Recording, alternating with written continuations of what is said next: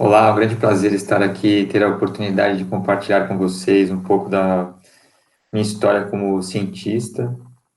Eu vou mostrar para vocês aqui um trabalho que eu tenho falado bastante sobre ele nos últimos meses e que chamou muita atenção do público em geral, que é o trabalho que a gente desenvolveu nos recifes na foz do Rio Amazonas. Trabalhos que a gente desenvolveu principalmente com submarinos, né, para estudar ali a composição, a ecologia, a importância desses recifes ali no contexto regional da costa norte para o Brasil. E ao invés de falar sobre os recifes em si, eu vou contar hoje um pouco sobre a minha história como cientista e como eu cheguei até lá, até esse momento, né, de estar descendo e conhecendo, né, os recifes amazônicos aí pela primeira vez, foi a primeira vez que um cientista, né, na verdade que um ser humano viu, né, ao vivo os recifes amazônicos. Então, como foi até chegar lá essa história, né?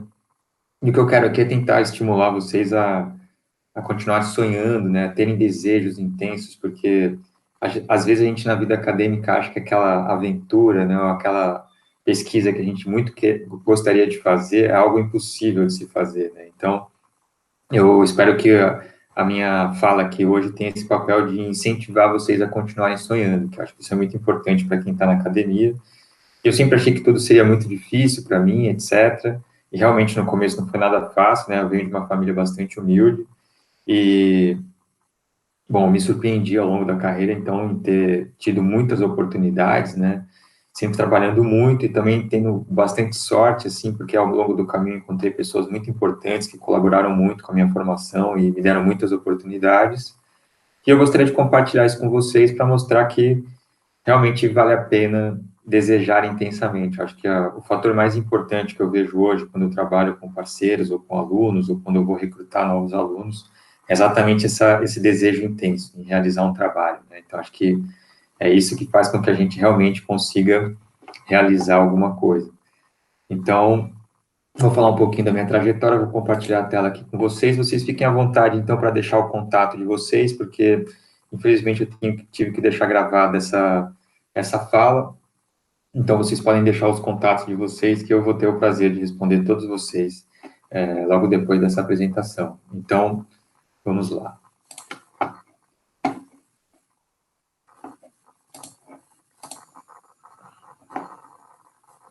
Bom, espero que vocês estejam visualizando aí. Então, o título dessa palestra é A Ciência por Trás do Recife do Amazonas. Eu sou Ronaldo Bastos Francini Filho e sou professor docente aqui no CEBIMAR USP. Meu e-mail para contato, vocês fiquem à vontade, então, para entrar em contato. Bom, minha infância foi em Santos, eu nasci em Santos em 1974. Esse é o meu pai, Ronaldo Francini, né, a genética infalível. Então, ele trabalha até hoje com insetos, né, principalmente com borboletas na Mata Atlântica. E foi minha primeira inspiração, meu primeiro contato com ciência foi acompanhar o meu pai, né, no campo. Então, eu fui para o campo a primeira vez quando eu tinha 8 anos de idade e foi bastante interessante acompanhar trabalhos aí de ecologia, sobre ecologia de borboletas, né, e coletar amostras. Então, foi uma coisa bastante inspiradora e que influenciou bastante a minha vida.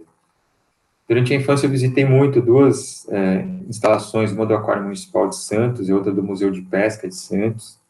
São, tanto o aquário quanto o museu são áreas riquíssimas em termos de informações sobre o fundo do mar. E isso inspirou bastante também a minha carreira, né? Então, a gente vai sendo moldado pelos eventos que vão acontecendo ao longo da nossa vida. Eu lembro que teve uma exposição de desenhos no Museu de Pesca, em que eu vi um desenho que foi feito por uma pessoa que concorreu era um campeonato, era um concurso, e a pessoa fez um desenho do fundo do mar com um mergulhador, né, com um escafandro na época. Eu fiquei fascinado por aquele desenho, pensando como seria incrível, né, conseguir mergulhar no oceano. Bom, minha mãe, Isaura Francini, ela trabalhou na base do IO USP, existia uma base do Instituto Oceanográfico da USP em Santos, né, e ela trabalhou no IO, na base do IO em Santos, e muito tempo embarcada no Besnar, né, que era o navio da USP de pesquisa. principalmente em parceria com o professor Alexander Radazewski, que trabalhava com elasmos brancas. Então, realmente foi uma infância inspiradora no sentido tanto da ciência terrestre, né, na parte do meu pai, quanto nas ciências marinhas na parte da minha mãe, que depois migrou também para a ecologia terrestre e foi trabalhar com abelhas na Amazônia. Então, a gente tem uma família bem eclética. Bom, com essa influência múltipla em diferentes áreas ao longo da infância, no início da minha carreira, eu consegui passar no vestibular da USP, né, a duras penas.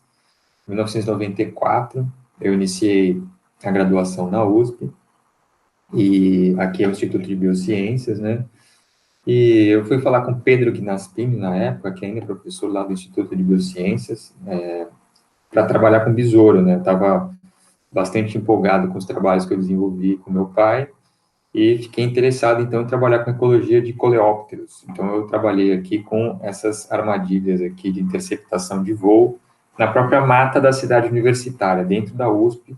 Logisticamente era mais factível, né? Então, a gente também precisa, ao longo da vida acadêmica, tentar fazer trabalhos com início, meio e fim, né? Tentar fazer a pesquisa, delinear a pesquisa, realizá-la, criando uma hipótese que seja inovadora e depois publicar esses resultados, né? Isso foi uma coisa que eu aprendi ao longo da vida, que era muito importante para que eu conseguisse manter aqueles sonhos sendo realizados.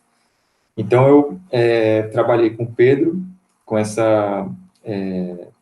na mata da Coaso, que é da cidade universitária, Armando Salles de Oliveira, onde fica a Universidade de São Paulo, e foi bem interessante que foi a primeira vez que eu realizei uma pesquisa com início, meio e fim, incluindo a publicação do trabalho. Então, foi bem interessante para mim e muito importante para a continuidade da minha carreira acadêmica. Bom, quando eu estava ainda na graduação, eu entrei no projeto Alcatrazes, onde meu pai trabalhava com a parte terrestre, né? Alcatrazes é uma ilha aqui do litoral de São Paulo, e o meu irmão, Léo Francini, meu irmão mais velho, ele já mergulhava e trabalhava com a parte marinha no projeto Alcatrazes, né?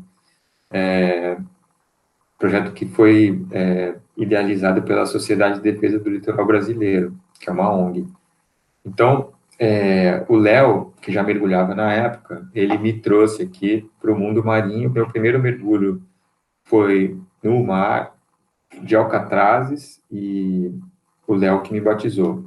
Eu tinha feito um mergulho antes na Jureia, primeiro mergulho em água doce, mas meu primeiro mergulho no mar foi em Alcatrazes. Então, realmente é um lugar fascinante, incrível, na costa de São Paulo.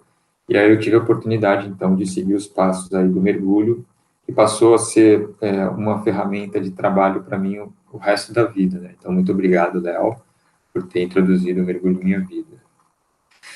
Bom, no final da graduação, eu tive o prazer de ser apresentado para o professor Ivan Sazima, que era da Unicamp.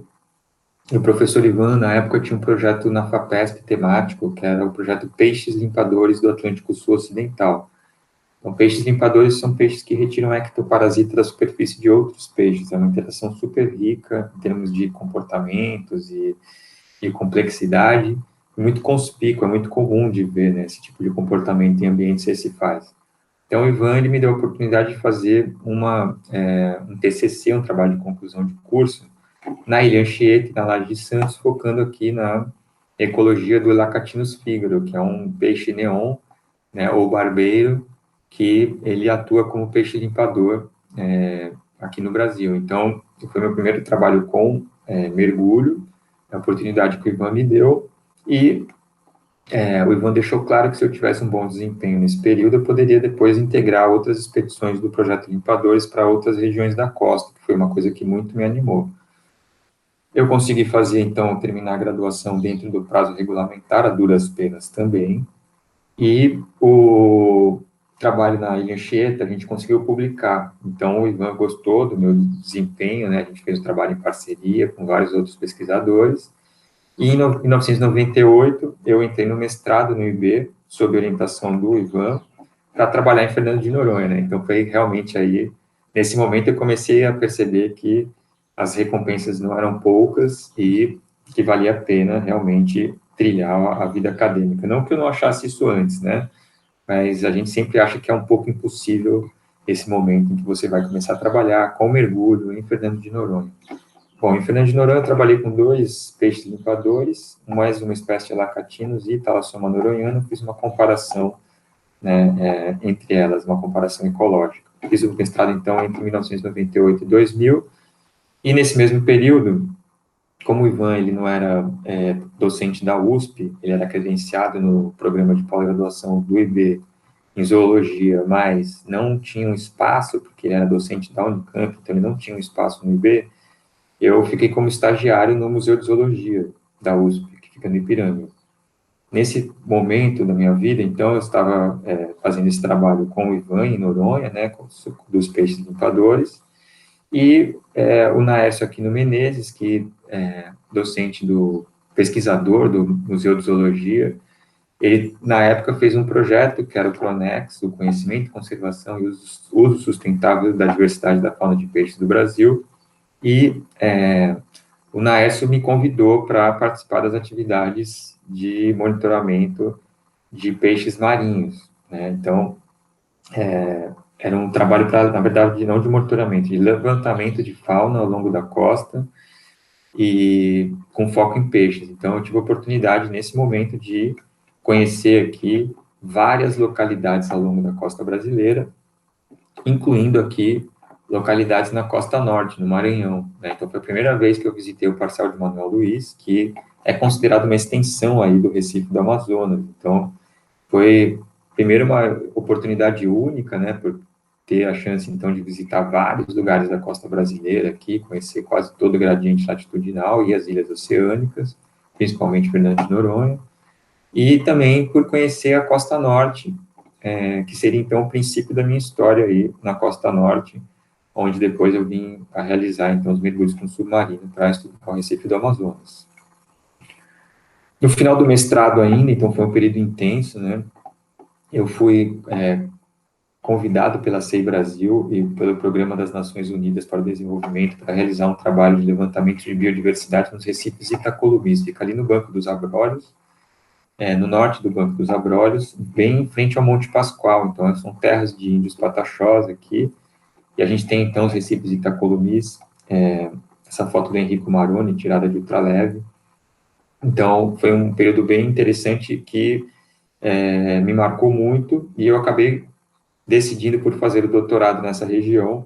Então, eu fiz o doutorado com dinâmica e de comunidades recifais em Abrolhos. Eu iniciei o programa de monitoramento lá em parceria com a SEI Brasil, né, que é a Conservação Internacional, uma ONG, e no início do doutorado, então, com o apoio também da FAPESP e da International Society for Reef Studies.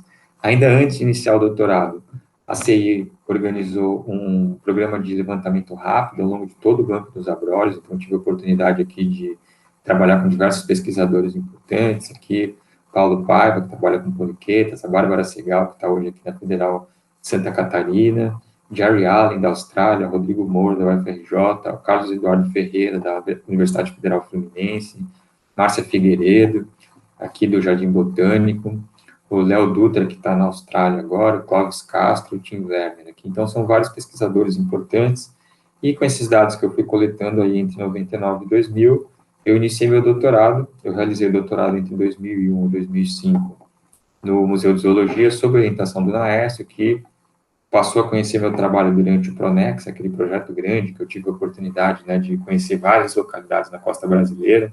Então, só para vocês terem uma ideia, até o mestrado eu nunca tinha feito um voo, nunca tinha andado de avião na minha vida, né? Então, a primeira passagem de avião que eu comprei na minha vida foi com dinheiro de projeto para trabalhar em Fernando de Noronha. Depois eu atravessei a costa brasileira inteira, e aqui nesse período do doutorado eu acabei me concentrando, então, em Abrolhos, e fiquei morando, inclusive, em Caravelas, que é ali a porta de entrada para o Recife de Abrolhos, porque era um trabalho muito intenso. A gente fez um monitoramento ao longo aqui de vários pontos no Banco dos Abrolhos. O financiamento entre 2001 e 2005 foi fornecido pela FAPESP, né, que me deu uma bolsa de estudos. Eu consegui um grant da International Society for Reef Studies, então é importante também sempre tentar conseguir, né, financiamento. Era uma solicitação de 2 páginas, e a Conservação Internacional, a ONG, que fez um programa de monitoramento grande na região, e eu coordenei essa parte dos recifes, aí comecei a ter papéis de liderança. Bom, eu também tive a oportunidade, então, através da publicação dos primeiros artigos do doutorado, eu tive a oportunidade de começar a ter uma interface também com a divulgação dos resultados através de grandes mídias, né, jornais científicos. Então, aqui, reportagens no Estadão, falando sobre o efeito de áreas protegidas para o benefício da pesca. E, nesse período, também eu comecei a ficar fascinado por mergulho profundo, né? Comecei fazendo cursos de mergulho utilizando ferramentas de mergulho técnico, que a gente chama, misturas gasosas, ainda com circuitos abertos. Aqui, nesse caso, são sistemas em que a gente perde o gás para o meio, então a gente solta bolhas, e depois, mais para frente, com circuitos fechados, né, que são os rebreathers, que eles reaproveitam os gases respiratórios, a gente tem uma autonomia muito maior e um alcance de fundo muito maior também. Então, comecei a exercitar mais um desejo na minha vida, que era mergulhar fundo, né?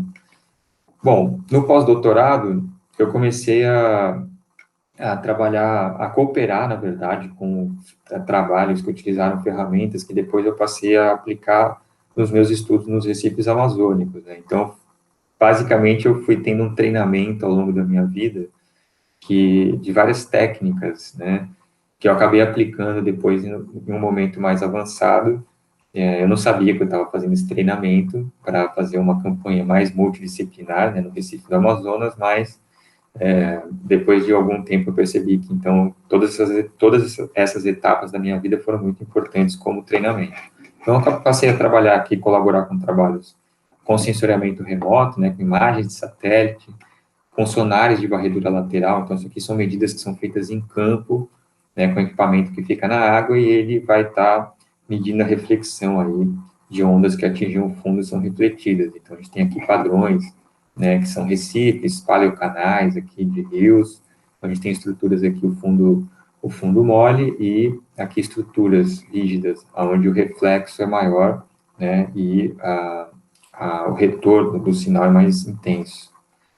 A gente também teve uma parceria com o IOA-USP, que teve um projeto grande nessa época em Abrolhos, né, durante o pós-doutorado, que foi entre 2006 e 2008, que eu fiz o pós-doutorado ligado ao Instituto de Geociências da USP, da UFBA, desculpa, da Federal da Bahia, e teve um projeto grande do IOA-USP. Então, a gente utilizou aqui robôs ROVs, né, que são robôs, veículos de operação remota, que depois eu também utilizei no Recife do Amazonas. Então, todas essas ferramentas que eu comentei anteriormente, eu acabei depois aplicando nesse trabalho nos recifes amazônicos, que teve uma visibilidade muito grande na mídia, né?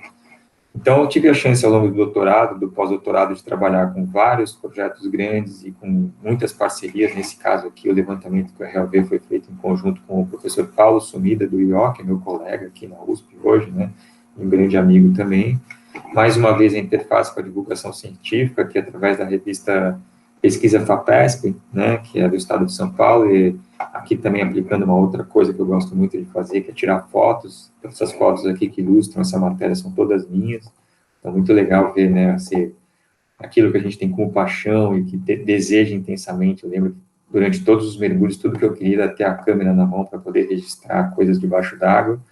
Então, quanto mais você deseja, mais você alcança. Então, é o que eu sempre digo. Bom, quando eu acabei o pós-doutorado, eu consegui um emprego primeiro na Universidade Estadual da Paraíba, onde eu fui muito bem recebido e passei só um ano. Depois eu fui para a Federal da Paraíba entre 2009 e 2019, até o ano passado, né, no campus avançado de Rio Tinto, onde eu também tive muito prazer de trabalhar, fui muito bem recebido, e tenho um apreço muito grande pela UFPB como um todo, e particularmente pelo campus de Rio Tinto até hoje. E em 2020 eu vim para o Então, ao longo desse período aqui ainda, entre 2009 e 2019, depois que eu acabei o pós-doutorado e passei a ser professor na universidade, eu tive ainda o prazer de, em 2011, fazer meu primeiro mergulho submarino. Nesse caso aqui é o Johnson Silink, esse aqui é o Paulo Sumida, então, meu amigo e colega aqui da USP, colega de trabalho, professor de IO. E aqui eu estou fazendo o primeiro mergulho submarino na minha vida. Foi um mergulho bem fundo, 674 metros, né? Então, realmente é muito legal, assim, você ter a oportunidade, quando você está dentro do submarino descendo, você pensa que valeu a pena tudo aquilo que você teve que passar, né, dificuldades na faculdade, na graduação, no mestrado, no doutorado, e que a gente sempre fica inseguro, que não sabe, né, se a gente vai ter, né, o retorno que a gente gostaria de ter com o sacrifício que a gente faz. Então, eu posso afirmar que sim, assim, a gente tem que desejar muito, claro que tem um componente de sorte também, de encontrar pessoas que sejam parceiras, de fato, e que se preocupem com a vida dos alunos, que eu acho muito importante, né? Então, ter oportunidades, mas a gente precisa também desejar intensamente. Então, eu acho que isso é um fator importante, o que eu fico repetindo ao longo aí da apresentação, para que vocês não esqueçam os sonhos de vocês. Então, aqui, esse primeiro mergulho submarino da vida, né? A gente tem aqui um vídeo curto aí que eu vou passar para vocês, ainda na zona que tem luz, né? Aqui a gente já está começando a chegar numa zona que tem menos luz, né? Com zona rarifótica aqui, ou disfótica já, passando dos 250 a 300 metros de profundidade. Aqui já no fundo, né? Então a gente está aqui 2020 pés, a temperatura 6,5 graus Celsius e a salinidade 34,4. Então a gente tem todos os dados aqui na câmera do submarino, né? Então realmente é emocionante passar por isso. Vou dar uma adiantada aqui.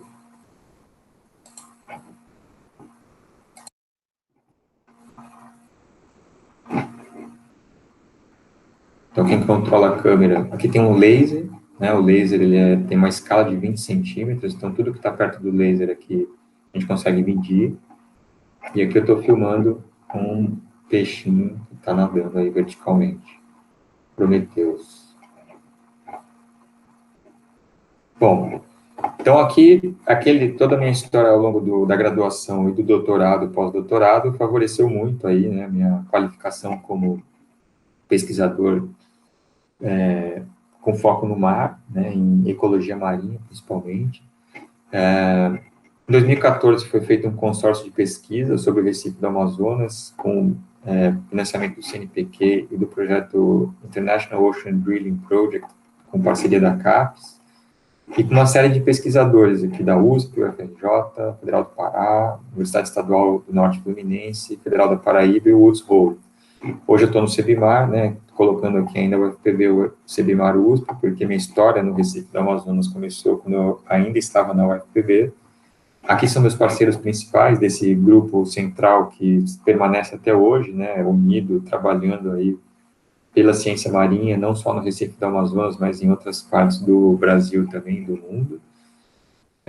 A gente utilizou inicialmente navios da Marinha e navios de pesquisa de instituições internacionais, o Woods Hole, aqui no caso. O Cruzeiro do Sul também foi utilizado em várias campanhas. E aqui um pouquinho do Recife do Amazonas, né? O Recife em si, já existem evidências aqui desde a década de 70, quando foi publicado um trabalho por Colette Hutzler, mostrando, eles fizeram arrastos, né? Usaram redes de arrastos para coletar na foz do Rio Amazonas e viram que existiam organismos recifais e especulam nessa publicação de 1977 sobre a ocorrência dos recifes. Só em 2015, que o Ralph Cordeiro, que está na Federal Rural de Pernambuco, que publicou um outro trabalho mostrando que sim, existiam recifes, mas ainda baseado em material de museu coletado com arrasto. Em 2016, nosso grupo publicou um trabalho aqui sob liderança do professor Rodrigo Moura, da UFRJ, utilizando sonar, mais uma vez arrastos e dados secundários, e pela primeira vez caracterizando a extensão do Recife, né? Mas ainda não existiam, até então, imagens do Recife. Então, como será o Recife do Amazonas? Então, aqui, o Greenpeace, ele ficou interessado em financiar uma primeira campanha com submarinos. Eles entraram em contato sobre o imageamento, né, como a gente poderia obter imagens dos recifes, inicialmente com o professor Fabiano Thompson, que me colocou na liderança dessa campanha. E, bom, eles perguntaram como é que poderiam ser feitas imagens, né, dos recifes. Eu disse, só com submarino. E um tempo depois eles apareceram com um submarino aqui, de 2 lugares, né, aqui o piloto, o Ken e eu, e também com uma drop cam, que é uma câmera que vai para o fundo, a gente tem um dispositivo para conseguir controlar a distância dela do fundo. Então, a gente fez aqui uma campanha em 2017 com os submarinos e utilizou o Esperança, que é um navio grande do Greenpeace, e aqui imagens do primeiro mergulho, né? Então foi aquele momento emocionante, né? Tive a oportunidade de fazer mais uma campanha com submarinos e tive o prazer de fazer o primeiro mergulho aí, que era numa estação relativamente funda, né? E a gente tem esse lançamento aí do submarino feito a partir do Converse, que é um momento bastante emocionante também.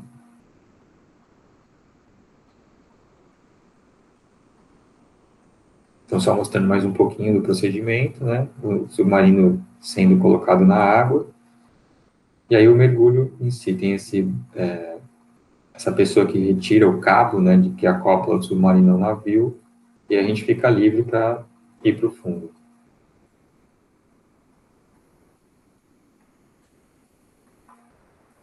Essa aqui é a descida do primeiro mergulho feito no Recife do Amazonas, né? Foi a primeira vez que nós vimos os recifes. Então, aqui é a parte mais funda, entre 220 e 180 metros. Eu vou mostrar bem rapidamente essa parte, porque o foco principal é realmente mostrar para vocês como foi, né, a minha trajetória até chegar nesse momento, que eu considero um momento muito importante assim, na minha carreira, de ter a oportunidade de mergulhar pela primeira vez, utilizando um submarino, no Recife do Amazonas, um ecossistema completamente desconhecido, né? Então, a gente tem aqui um ambiente, um universo a ser explorado, novo. Então, tudo interessa nesse momento, porque a gente não sabe nem quais são os organismos que ocorrem lá direito, qual a distribuição, a abundância deles. Então, aqui mais uma parte do mergulho aqui um pouquinho mais raso, já entre 150 e 80 metros, ainda utilizando aqui o submarino. Então, a gente tem uma série de corais negros, peixes de diversas espécies, um recife bastante complexo aqui. Aqui já é uma parte mais rasa, entre 80 e 50 metros de profundidade, a gente tem várias esponjas barril, esponjas ramificadas, e uma diversidade bem grande de peixes aqui, né? Aqui já na área que fica quase embaixo da pluma de água doce do Rio Amazonas, então a gente tem muito sedimento no fundo, mas ainda assim a gente tem a ocorrência de esponjas, peixes típicos de recifes, como os peixes borboletas. E aqui na área bem rasinha, né, que a gente chama de raso aqui para o Recife do Amazonas, porque é um recife predominantemente fundo, entre 50 e 30 metros, a gente tem a predominância aí de sedimentos. Bom, a gente publicou um trabalho bem visualizado, mais de 400 mil visualizações em 24 horas, né, sobre essa primeira campanha com os submarinos, né? Então, foi um trabalho bastante importante.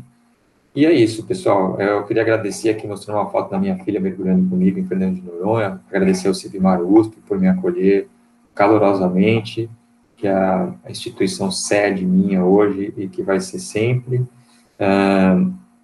Muito bom retornar à USP, voltar a casa.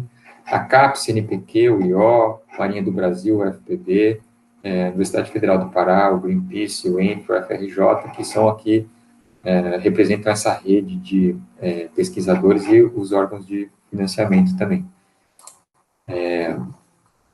Então, vou voltar aqui para